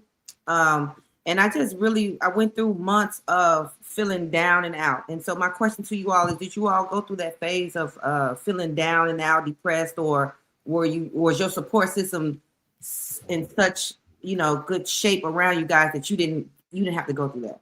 Yeah. I go first. I did. Now I had some really good guys. Again, I'm in Soldiers United. They were my friends. They are my brothers. And so when something like that happened, they came to my aid. It was always something. I don't think I went a day without laughing. No matter how bad it hurt. But they checked in on me both times. And so that I didn't really have time to feel bad. And secondly, again, living in here, man, my wife, like I said, she like, you do what the doctor tell you, or else I'm gonna make you do what the doctor tell you. So it wasn't any time to feel bad or feel down. But I again, like Black Angel, I was grateful to have some good people around me that kept me up, that checked in on me, that brought me food, that would call and ask me if I needed anything, and most of the time it was just that them coming to sit down with me for a little while. I think I even lost weight during that time. Yeah. Yeah. For me, I tell you, I can understand your concern with your face and stuff. I remember thinking how thankful I was that I didn't have any head injury. With riding bikes, and your head is so major in your brain. I was so thankful that I had no brain injury, none. And they kept looking for some though, but and I had no facial injury. So I was too thankful. And like he said, I was surrounded by people. I didn't go through that kind of a depression. I can totally understand going through it though, but I did not. And I am so thankful that I had the support that I had. So I do remember some issues, little issues, like when I would go and people would see my arms, and especially the way they bandaged up or not bandaged, and I was leaving them on. And I have scars today, which I always will, and now I use it as an excuse. Say, oh, let me tell you my testimony, so then I have. They'll ask me about it. Some people will ask me, "Oh, I got a testimony. Let me tell you about this," and then I get too going too long, and I'll say, "Okay." But so it's not really. My depression came from my family, from what my son and what they went through, and my husband, and then my mom, and all of that. So that was but I didn't have a reason, and that I didn't feel like I had a reason because I was too thankful for how the recovery went. Although I was out of work for almost a year, but even my work supported me. Those people came through, and because I'd worked with them, I was sitting here thinking I was almost 60 when I was 59 when I went down, and I had been working for this same company, but they supported me and they paid me, Right. and it was just unbelievable. It truly was unbelievable. The blessing was just unbelievable. Yeah. And Great. the key thing that we're discussing, and Doc, we got you up next, Doc, is the PTSD, the anxiety, and the flashbacks are common. Talk to someone if needed, therapist, rider friends, etc., club brothers, club sisters, church members, or anything like that right there to kind of like help you get through it. Don't rush it. Your timeline is yours. Some riders take weeks, others take years. Ride with someone your first time back. Get that partner. Make sure they're saying, okay, you're drifting left, you're drifting right, you're panic braking, or you're riding slow in the fast lane. Just kind of watch over you. That support system helps. Consider returning in a low pressure way, a short, familiar route. Did any of you guys do that? Ladies and gentlemen, do that? Did you take a shorter route when you first time coming back? Or did you just hop right out there and just say, well, you know what, I'm going to ride down to the next state over or anything like that? When you first ride, I remember we got the bike, but I guess. Yeah. Well, it took me about 5 years before I got back on the bike, only because I didn't have the strength in my arms and stuff like that. And I just wasn't, I guess I wasn't ready. I don't know. But then when I did, I just rode with wherever the nights were going. So, but it wasn't a long distance ride. It might've been an hour on the bike or something, maybe a couple hours.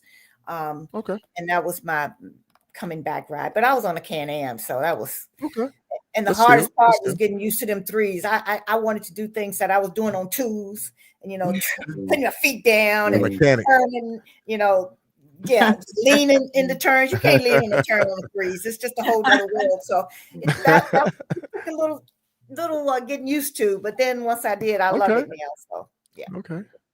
Dr. Rim? Yeah, second graders are brutal. So when I went back to the school, I only had a week worth of time off, So when I was in the classroom, them second graders was brutal. You hear me? One little girl, one of my students, I remember to this day, and she's grown now, but I remember I walked in the classroom and she said, "Oh, Miss Jones, you look terrible." That's what they do. Yep. No bars hold, man. No filters. I mean, look, hey y'all, you see a cartoon and everybody in the cartoon do like this.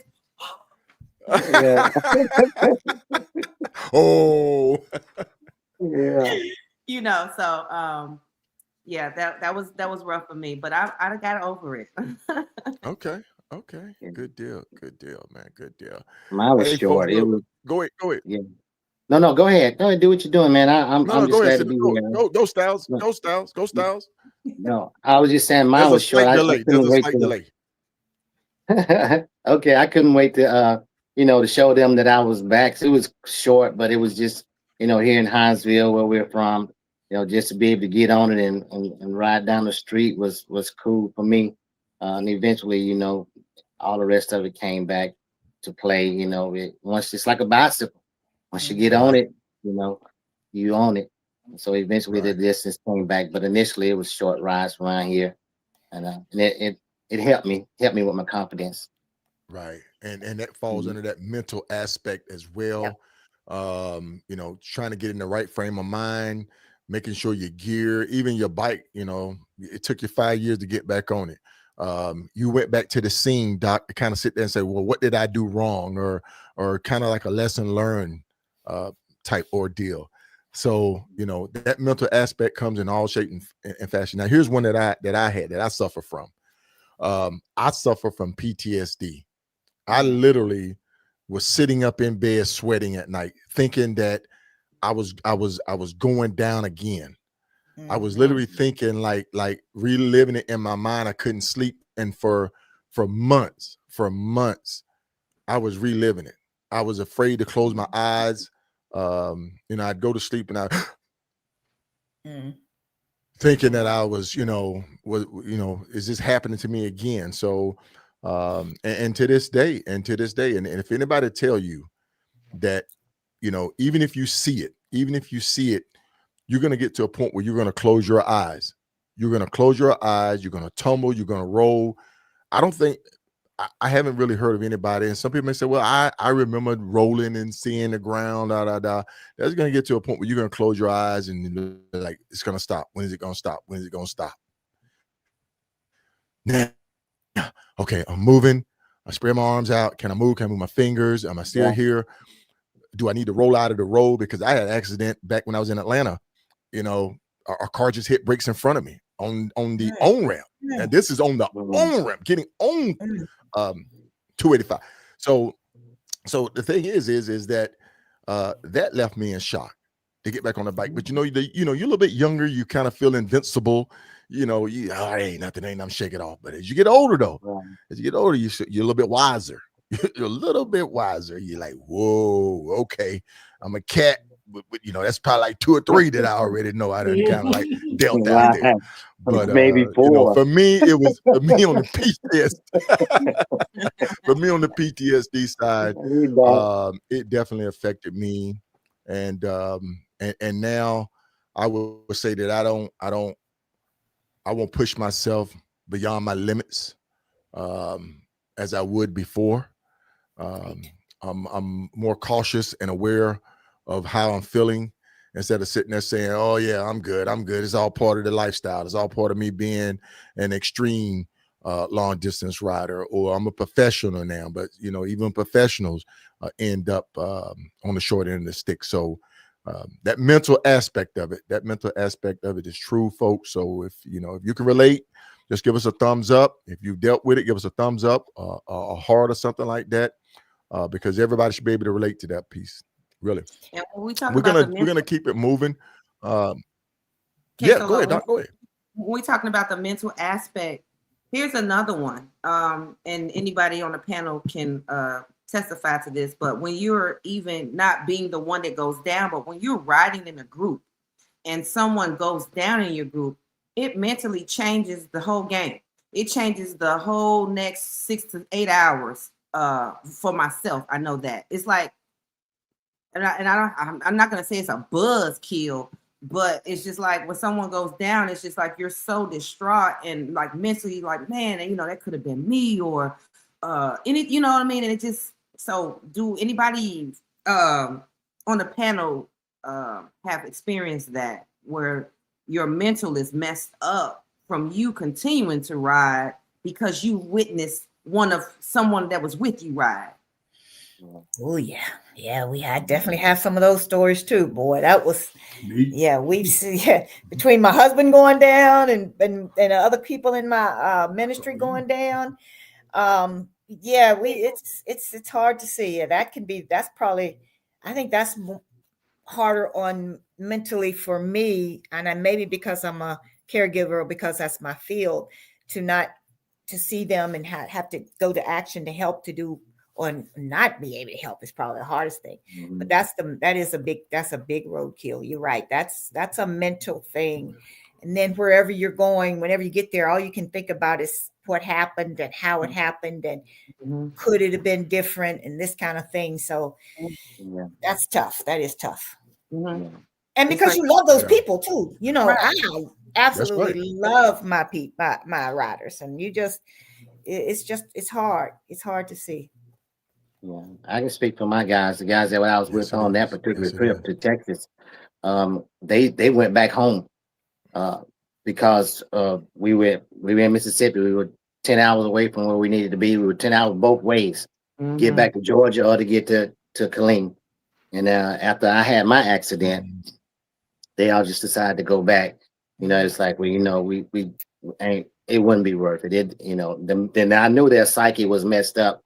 From watching me, because they saw me, they was saying, hey, hold on in their minds as I was going down the side of the road, trying to get back on the road. And when they saw me go down, I knew, I didn't know then, but afterwards they came back and they said, you know, man, we saw you. We just knew you was gonna ride it out. And then after that happened, you know, everybody decided to come back home. And so they was like, we're not going for it. We just gonna let it go. Just and you know, and understandably, Yes. to see something like that, it messes with it. Right. Your confidence doesn't return in a moment. It builds No. ride by ride. You know what I'm saying? It definitely builds ride by ride. Would my panel agree tonight? Yes. Yes, that's correct. Yes. Yeah. Okay. Okay. Good deal. Good deal. Doc, you have any questions for anybody? Yeah, I got another question. So Yeah. when I did get back into my riding with my club, because I jumped right back on the bike, and I kept riding, right? And so I didn't go real far, but because I was nervous. And so when I was riding in the pack, I almost got into a fight with one of the club members from a different chapter, because now we got my chapter mixing with another chapter, and we're going to go on this ride, right? Well, I'm just coming off of my accident, and in the pack when we're riding, we're taking the curve, I slowed down Of course. because I'm nervous. And I guess she was behind me, the other rider in the other club, the member so she was behind me. But she got so upset because I slowed down on that curve that when we did stop at the gas station, you can hear her talking trash about me to someone else. Like, she can't ride and this and that. And, you know, and my heart was pumping because I'm nervous. Now I'm frustrated. You know, now I don't even want to be around none of y'all now. You know what I mean? And then someone had to take her to the side and tell her, hey, she just had an accident, you know, recently. This is, but I felt like she, instead of her talking trash, she could have said, hey, I noticed that you slowed down. You know, that caused me to have an issue as I was riding behind you, and just gave me a teaching moment. Like, hey, in these curves, you know, don't slow down on the curves, especially when we in the pack. Or were you okay? Is there something going on with your bike? Is there something wrong with you? But instead, her first instinct was to talk trash at the first gas station, and it just completely ruined the fun. And that set me back further when I was already trying to, you know, get myself back into it on my own. You know, so that's why I say I didn't have the support that I should have had, that you guys had. So my experience is a little bit different when we talk about the aftermath. Yeah. Definitely. And some of the things is keep it short and simple. Don't overplan. Stick to familiar roads. Avoid traffic, hairy areas. Go early in the day when traffic is light, and your mind is fresh. Breathe.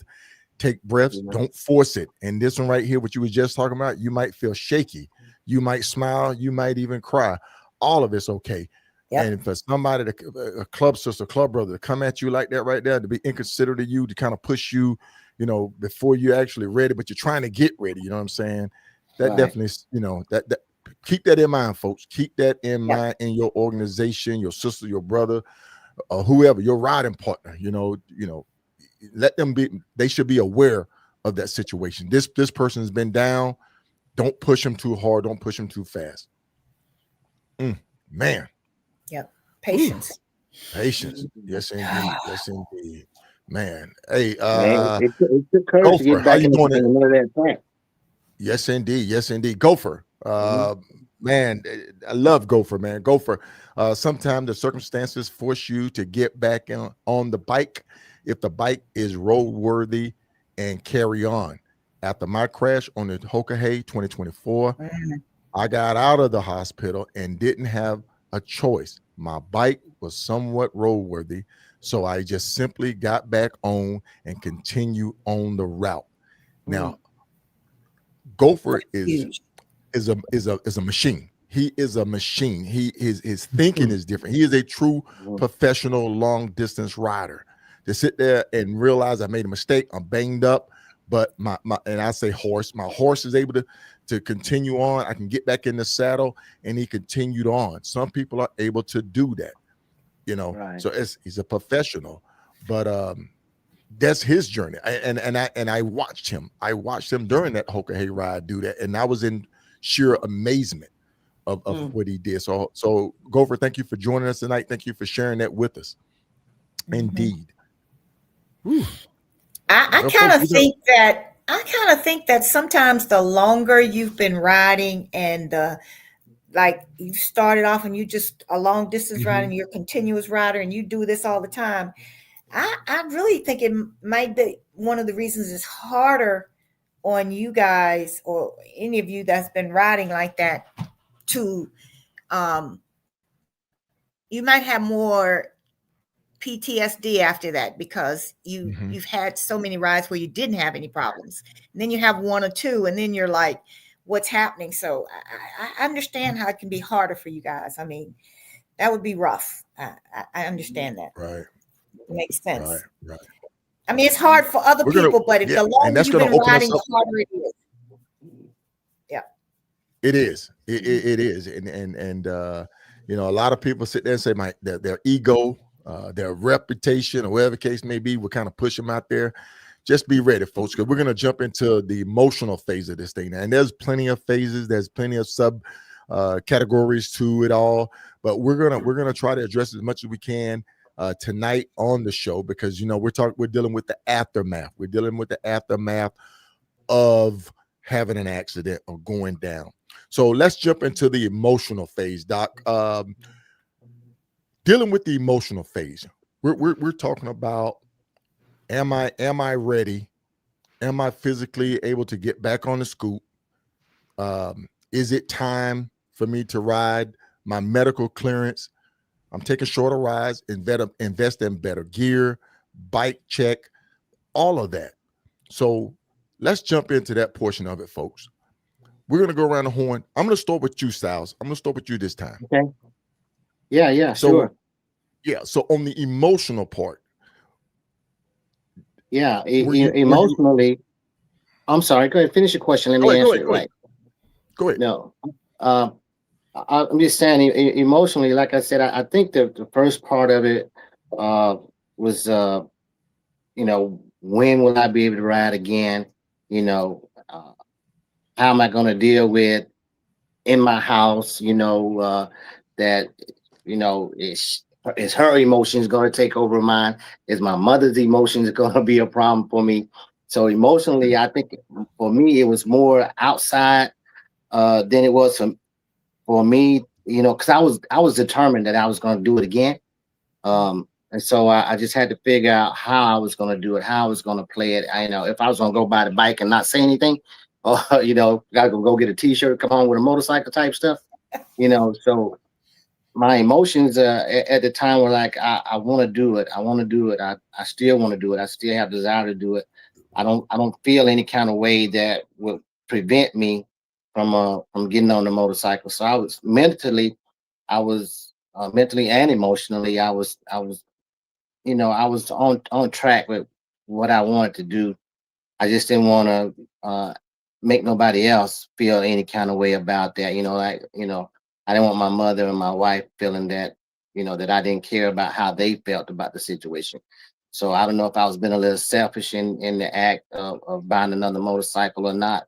But to me, it was, you know, it was what I wanted to do and what I thought my joy and my happiness was. And then that played, you know, a role in it, you know, again, knowing the chance that we take because we get on it.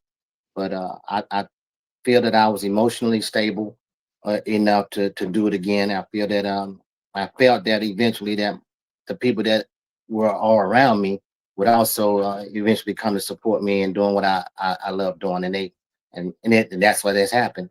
So I think I'm stable in both areas, emotionally, mentally, physically, you know, all three areas. That's just my Okay.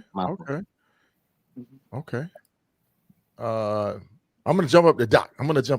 Doc. Okay. Yo. Okay.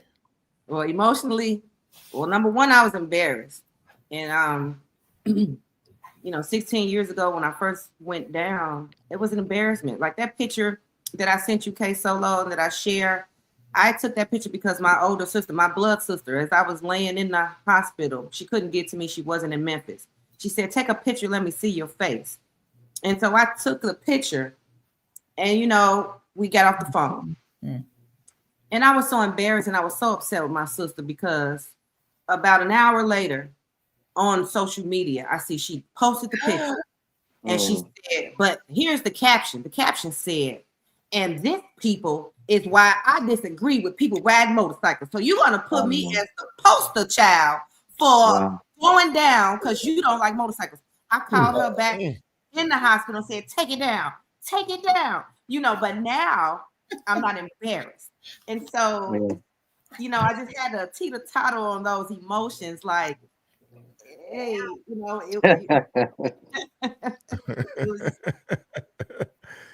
no. Okay. I didn't know if I was Right. and now I just feel like I'm in it by myself when I'm on my motorcycle. And all I got to do is focus. And I just try to zone everything emotionally. I just have to get into my zen. And it still really makes me nervous when I ride with other people. I prefer to ride by myself. As a matter of fact, on my way to RTE, I kid you not, I was in the right-hand lane. I was doing about 72, 73, say I was doing about 73. 73. I was fine. I was chilling. I was fine. And then here come two bikers. I think it was who was it? Pop Off and another one went zooming past me doing about 95. You know what I mean? They just chunked the deuces up to me and kept going. And for a brief moment, you want to go, baby. I wanted to go, but I said no. I'm gonna ride my ride, Yeah, and I'll see them when I get there. Yeah. And so that's why I say we have to. I have to teeter and totter on my emotions every time I get on my bike. Yeah. Ain't nothing like having somebody pass you, man. It does something to you. You know, I swear by 80, 85, but if you go by me, it kind of changes me. So.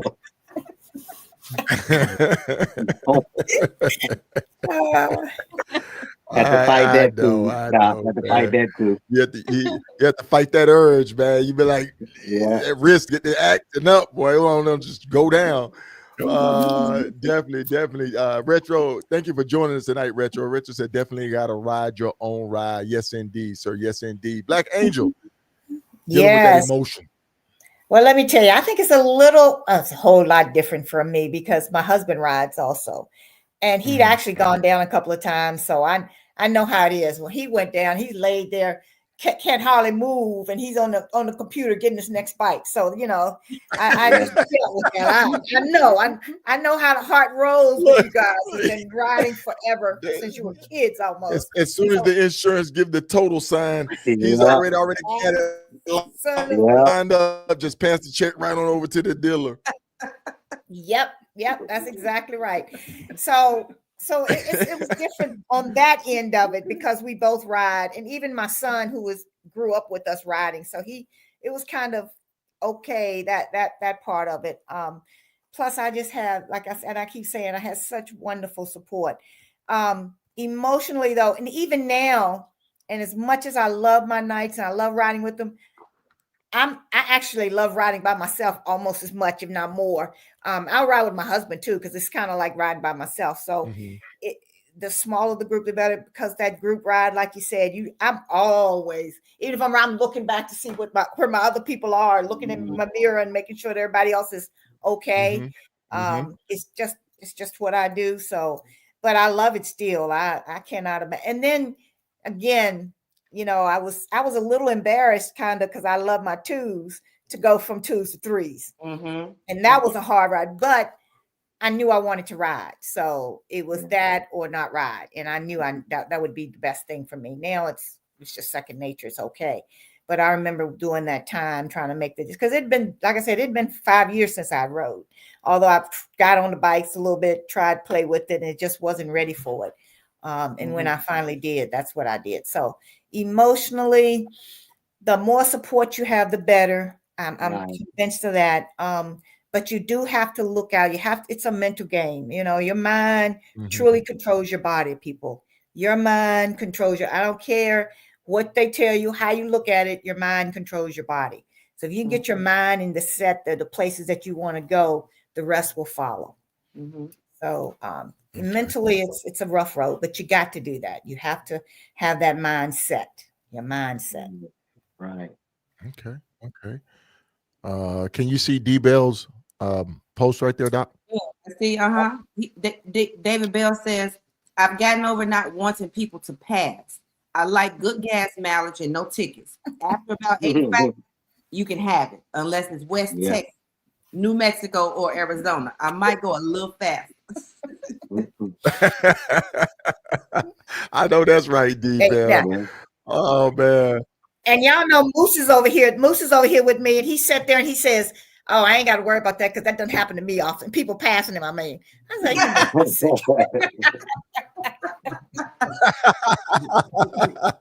yeah. They can get me. Oh my goodness. Oh my goodness. Oh my goodness. By the time I got to RTE, they was walking around talking about some, hey, that was you back there holding up traffic, huh? Yeah. Say, Yep. Yeah. Hey, look, I'm here now, though. Yeah. You're not going to talk me into 85 or 90, so whatever.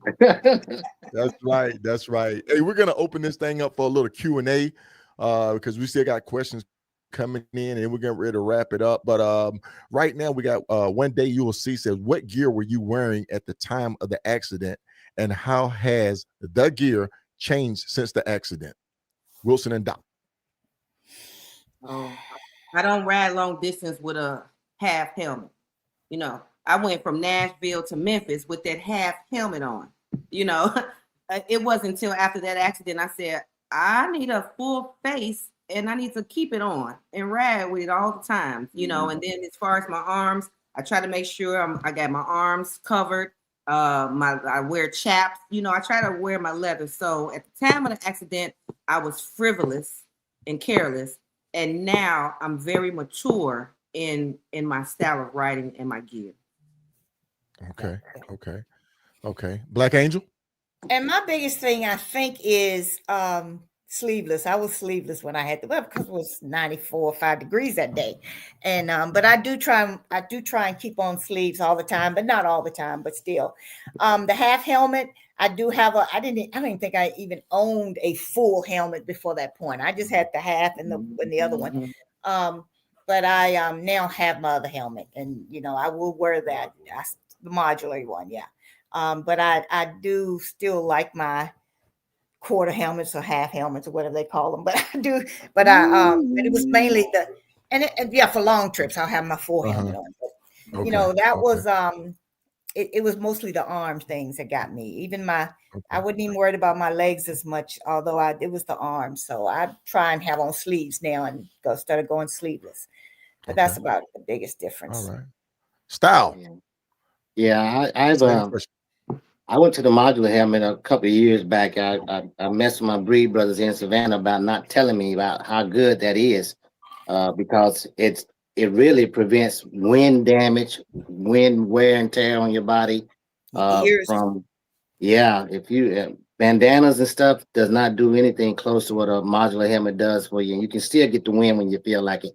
In the summertime, I'm still a short sleeve guy. Wintertime long sleeve and leather. I think on both of my occasions that I had an accident, I was in full leather. I had leather pants on, leather jacket, no road rash, nothing like that. So I swear by the leather, and especially in the wintertime, you know, I wear full leather pants. I don't even wear chaps because there's still something exposed there. But yeah, and the transition from what, you know, we did, you know, 15, 16, 17, 18 years ago, I don't even own a little bucket helmet. If it's novelty, it's in the trash, you know. Yep. So if it's something that I can be safe with, and the helmet that I went down with going to Texas is still in my garage right now, you know, and I look at it as a reminder, you know, that, you know, you got to be safe out there. I don't want to be pretty. I want to be safe. I want to be live. So that's it for me. The other thing, guys, is my boots. You will not see me on riding without my boots on, because I know some people wear tennis shoes and other shoes, but when they told me that boot I had on saved my foot, I'm like, okay, all right, I got you. I will not be riding without a boots on from now on. So you usually will see me every one time I went out there and forgot. I jumped up and I'm on 3 still, but I jumped on that thing and had my little tennis shoes on. I'm like, what? And I didn't even think about it till I got where I was going. I'm like, I must be done lost my mind. Let me go back. Yeah.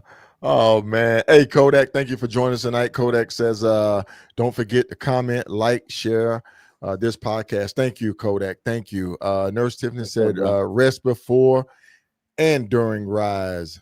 Indeed. D Bell says a short trip can still give you problems. I'm just saying, you got that right. Doc Rim, to get back on a bike after going down is strength. Yes, indeed, you are right, Doc. Indeed. Folks, we're talking about the aftermath of going down and the different phases of it, the physical, the mental, and the emotional, and all the other subcategories that falls under it. My panel tonight has been Miss Marilyn Wilson, aka Black Angel. We got Mr. Carter Cstyle, and of course, your fabulous in the building, Doc Remy, and I am your host, KSolo the Rider, tonight here on Trip Talk. We want to thank everybody for joining us. We're going to go around the horn and get ready to close this episode out. And I think this has been a very informative episode tonight. Everybody ride is different, just like what Gopher says, that mind, be able to wield your body into going to continue to get back on that bike. Like Doc said, that's strength. So there's a lot of aspects been covered tonight, folks. Each one teach one episode. Indeed. So we're going to go around the horn. Since you open it up, Miss Wilson, aka Black Angel, we're going to have you go ahead and give your recap or give your final words on tonight's episode. Okay, great. One thing, remember to stay hydrated. I don't know how I didn't think about that all the time. You got to drink water. Keep your water, keep your hydration. And if you have to stop and go to the bathroom, you just got to do that. So anyway, but then I like my biggest thing is your mindset. When you leave, set your mind that this is going to be, if sometimes you speak things into existence. Let's not do that, except unless it's good things. Let's say we're going to have a great ride. It's going to be good, this and that. So that mind controls your body. That's it. Yeah. Okay. Cstyle. Yeah, I would add to that. Just make sure you prep. I think you mentioned it earlier in the podcast that being prepared for your ride. It also helps you to be mentally prepared, emotionally prepared, physically prepared. That you don't just jump out there and then not be aware of your surroundings, not know where you're going, not know that there's traffic. Even today, with all of the technology that we have, it would tell us that, hey, there's a wreck ahead, or there's something on the road. And we should use all of those tools to make sure that our ride is safe. And then the rest of it is on us, again, to make sure that we are planning correctly and that we're doing what's right when it comes to getting out there and and taking the chance that we take. And thank you for having me. Oh, indeed. Absolutely. Doc Rim. Yeah. My final words is just wear your gear, dress for the slide. Dress for the slide. and just wear your gear for sure. Okay. Doc is called asphalt for a reason. It's your ass and your fault. I love it. Hey, I got to put that on a shirt, man. and the other thing is, guys, make sure that your bike is Yes. ready for your ride. Check your tires. Those are kind of things we don't always think about, but always have your bike ready. And before you take a long ride, get that in gear. Right. Most definitely. Definitely, man. In closing, whether you're still recovering, thinking about that first ride, or already back on the road, know that your journey is valid. A crash doesn't make you less of a rider. In fact, getting back on, however long it takes, makes you more resilient, more experienced, and more aware. Ride safe, ride smart, and remember, it's not how many times you go down, Doc. It's how you get back up. Yep. Yeah.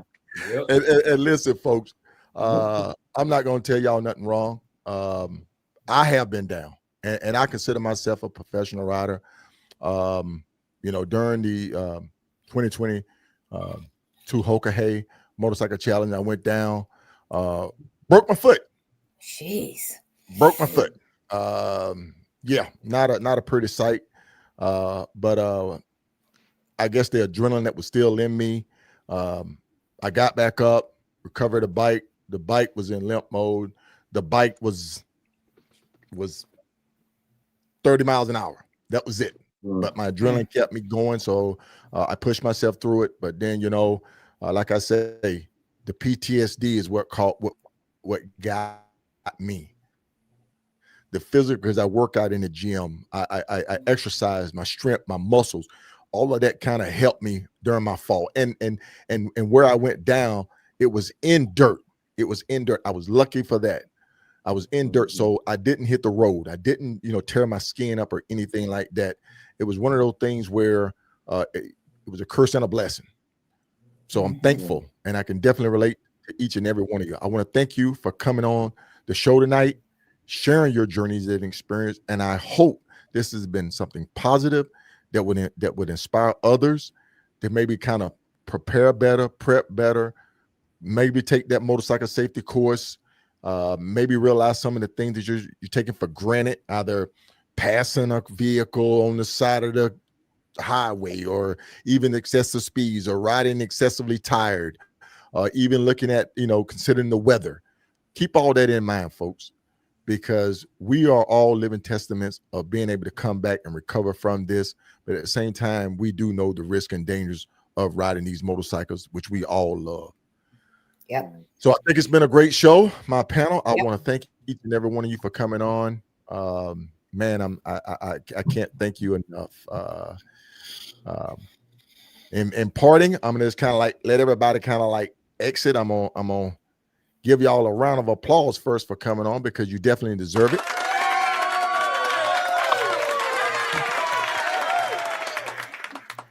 And we're gonna queue up. Where's that producer guy at, man? There you go again, Doc. Pray before a ride too, folks. Don't forget to pray. Yeah. Oh yeah. Yeah. Agreed. Don't forget to pray.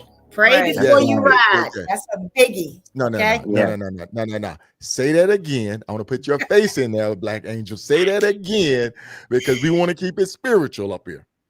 Don't forget how important and how powerful prayer is. So before you ride, just say a quick prayer, a long prayer. Just say a prayer before you get on those bikes. There you go, folks. There you go. Agree. And if you agree, give us a thumbs up, give us some praying hands, and keep everybody in your prayers, because our main goal is to get back home to our loved ones. All right. Black Angel, you have a good night, and thank you for coming on the show tonight. I greatly appreciate it. And tell your husband I will be giving him a call. All righty. Thanks. Bye-bye. Right. Take care. Cstyles. My brother. Where you at? Where you at? Hey, I'm hanging out, man. I'm still here. Appreciate you, man. Appreciate you. Indeed. All right, Cstyle. You take care. All right, y'all have a good night. Good night. Doc. Yeah. Doc, you ready? Yeah. This show made me feel, talking about those times I went down made me feel better. Yes. I don't really get a chance to talk about it and put it out. Just hold it in a little bit and move forward. Like I said, it's just me and my mistakes or my learning experiences. But this show was great. And anyone who is a new rider, who wants to get out here, just know that they do say it is two types of riders, but you can prevent. You can prevent and be safe and stay prayed up. And if it happens and God gets you back on your 2 feet, then keep riding. I mean, don't give it up. Don't give it up. That's it. Doc. Good night. Oh, wait a minute. No. Don't go nowhere, because you got the next episode. Who you got coming on, Doc? Oh, I got Michelle T. Callie. I got Callie King coming in the building with me on Tuesday, October 28th. And so you guys, That's right. it's going to be a great show. Great show. She has a great journey. She has a great spirit, and she just wants to enjoy it and continue enjoying her journey. That's right. That's right. Callie, get ready because we're gonna have Yeah. you on the show. It's gonna be all yours. We're gonna let you share your adventure, your journey. Yeah. All right, Doc. Oh, and one last thing, Doc. Everything's going good with the school. Tell us about your event you got coming, your gala coming up. We want to hear about it. Yeah, absolutely. Make sure you guys join me for my charity gala and charity event weekend that I do. I have a nonprofit. For those of you that don't know, I've been teaching for 17 years now, and now I have a nonprofit that I've turned into a K-12 homeschool tutorial. They can come in the daytime and learn and get their lessons from highly qualified educators. I have before care, after care, summer camp programs. And so my gala is to raise funds for my scholarship program. A lot of parents can't afford $100 a week, or a summer camp program, or $50 for drop-in services. So I make up for it by selling fish, number one. And number two, I do my weekend event every year. So join me March 12th through the 14th, Nashville, Tennessee. I'll be at the Holiday Inn Express. We have Gorilla Blue is going to be our guest speaker this year. And it's going to be a great event, guys. Got Boswell Harley Davidson coming to support. They're going to feed us on Saturday after the ride. I have catered food Thursday and Friday. I have entertainment and games and fun and fellowship. And number one, hospitality. I feel like if you come to someone's event and you travel on your scoot, or you fly, or you get in your car, hospitality should be superb. So please believe hospitality is going to be full in effect if you join me here in Nashville. So thanks, KSolo, for that opportunity. Come on, Doc. You know I support you, man. You know I support you. All right, Doc. Well, look, man, I greatly appreciate you coming on. Once again, man, another home run. That's All right, Doc. You have a good night. And I'll Good night, talk everybody. to you soon. All right. Hey, folks, you know what time it is, man. We're getting ready to shut this thing down. I want to thank everybody for coming on Riding with KSolo, the podcast show. I'm highlighting those small businesses out there, man, giving them shout outs. This episode here, again, was brought to you by that biker real estate agent, the one and only Nurse Tiffany. If you're looking for some real estate in North Carolina or Virginia, make sure you hit her up. She's licensed in both states, and she's also that biker nurse that cares, man. So there's the information right there. Hit the QR code, EXP Realty, and definitely show that support. All right, folks. Well, listen, we greatly appreciate you coming on the show tonight, and we look forward to seeing you on the 28th, where we're going to have Michelle Caliking on with us. So listen, folks, as you know what I always say, aspire to inspire, and if you do that, you'll definitely be legendary. All right, folks, take care and have a good night. God bless.